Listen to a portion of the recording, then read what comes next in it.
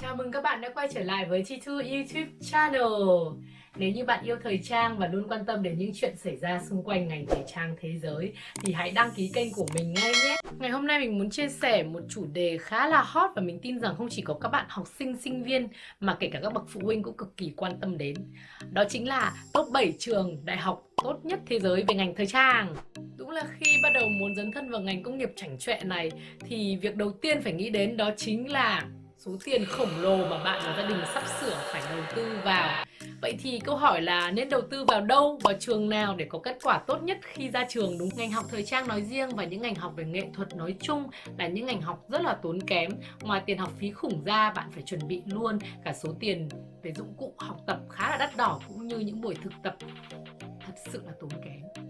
Thế nên chuyện đầu quân vào đâu học không chỉ là quyết định của một thanh niên tràn trề sức sống và niềm đam mê mãnh liệt với thời trang, mà nó còn là một vấn đề đau đầu của các bậc phụ huynh.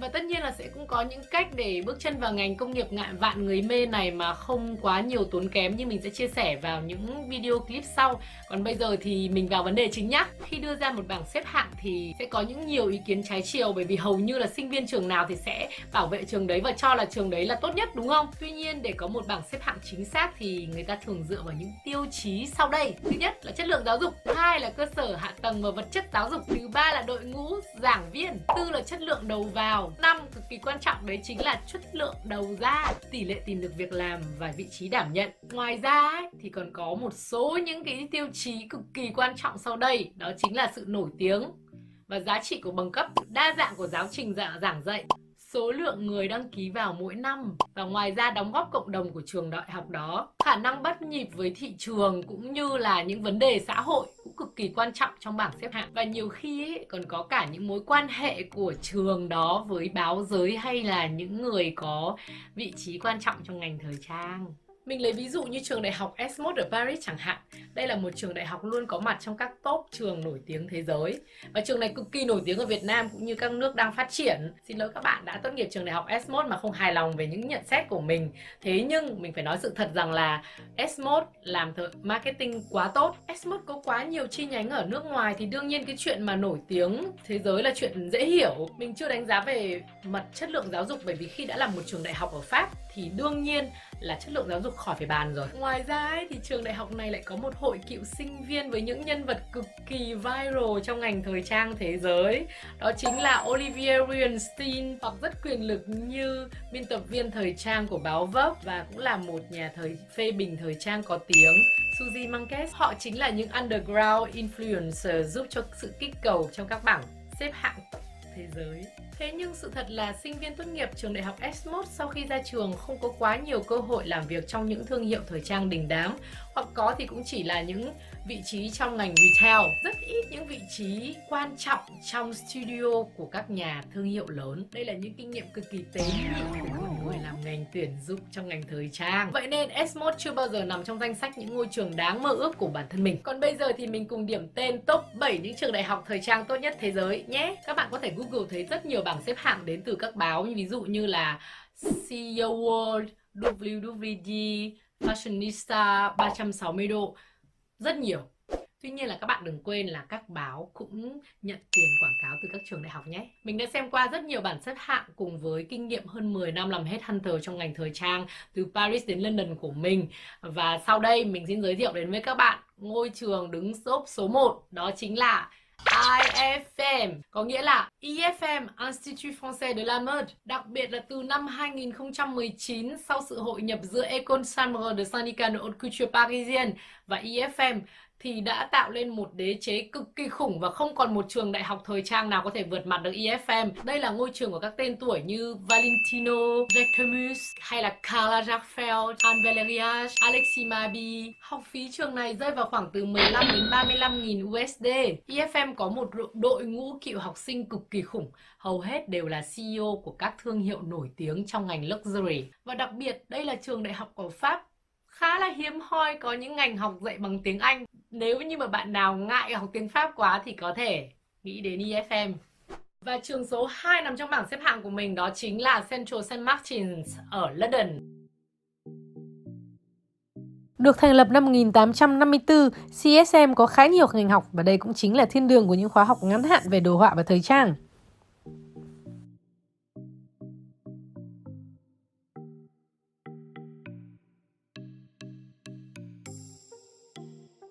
Mình có thể điểm tên những nhân vật nổi tiếng như Alexander McQueen, Stella McCartney, John Galliano, Giambattista Valli, Christopher Khan.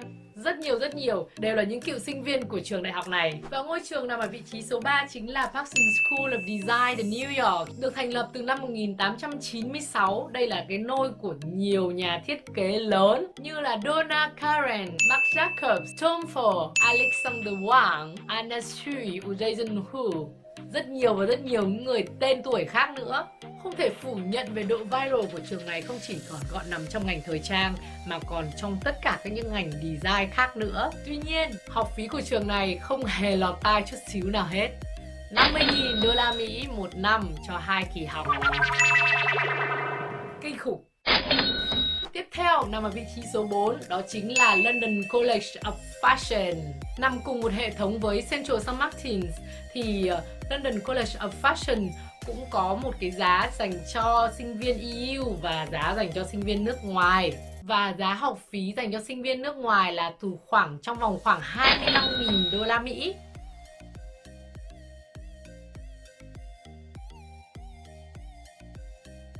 Và tất nhiên mình cũng có thể kể tên rất nhiều những nhân vật đình đám khác, ví dụ như Jimmy Choo, Nicolas Kyrgios, Jonathan Anderson, Robert Anderson đều là những cựu sinh viên của trường đại học này. Nằm ở vị trí số 5, đó chính là Fashion Institute of Technology ở New York. Đây là một trong số những trường hot hit nhất nhì nước Mỹ và giá dành cho dân bản địa khá là ưu đãi, chỉ 7.000 đô la dành cho dân Mỹ mà thôi. Tuy nhiên, đối với sinh viên người nước ngoài thì đâu đó vào khoảng 17-18.000 đô la Mỹ trở lên. Và những ngôi sao của ngành thời trang đã từng qua học trường này phải kể tên đến là Michael Kors, Calvin Klein, Ralph Rucci, Nina Garcia, vân vân. Có rất nhiều những người nổi tiếng đã qua học trường này. Ngôi trường tiếp theo mình muốn nhắc đến đó chính là Antwerp Royal Academy of Fine Arts của Bỉ. Mặc dù không có bề dày phát triển lâu đời, thành lập năm 1963, tuy nhiên đây là một cái nôi sản sinh ra những ngôi sao và những cái tên đình đám của thời trang hiện đại. Ví dụ như Daniel Vrasalia, nhân vật đình đám vừa rời khỏi Vetements và cũng chính là giám đốc sáng tạo của thương hiệu Balenciaga. Hay Martin Margiela là một thương hiệu quá luxury, Dries Van Noten, Peter Pilotto, Chris Vanache, Haider Ackermann. Quá nhiều những cái tên thực sự đình đám hiện tại. Và đặc biệt là học phí trường này siêu hợp lý, chỉ 1.500 USD dành cho sinh viên thuộc khối châu Âu. Và đối với sinh viên nước ngoài thì khoảng tầm vào 8.000 USD. Quá là tốt so với những trường đại học khác đúng không? Và trường số 7 trong top 7 trường đại học nổi tiếng nhất thế giới về ngành thời trang, đó chính là một trường đại học ở châu Á, Bunker Fashion College of Tokyo.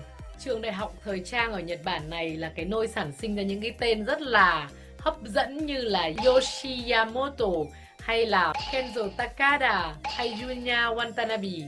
Toàn là những cái tên siêu hot đúng không? Nhất là những bạn mà thích thời trang avant-garde. Học phí của trường này rơi vào khoảng từ 11.000 đến 12.000 đô la Mỹ một năm. Mặc dù là chi phí sinh hoạt ở Nhật Bản khá là đắt đỏ, tuy nhiên mình vẫn nghĩ rằng đây là một trường đại học khá là hấp dẫn nếu như bạn đang đắn đo suy nghĩ về ngôi trường mơ ước của mình sắp tới. Vậy là mình vừa cùng điểm tên 7 trường đại học tốt nhất thế giới về ngành học thời trang. Mình hy vọng rằng những chia sẻ của mình sẽ giúp ích cho các bạn. Cảm ơn các bạn đã theo dõi video clip đến tận giờ phút này và hẹn gặp lại các bạn ở những video clip sắp tới nhé. Bisous bisous.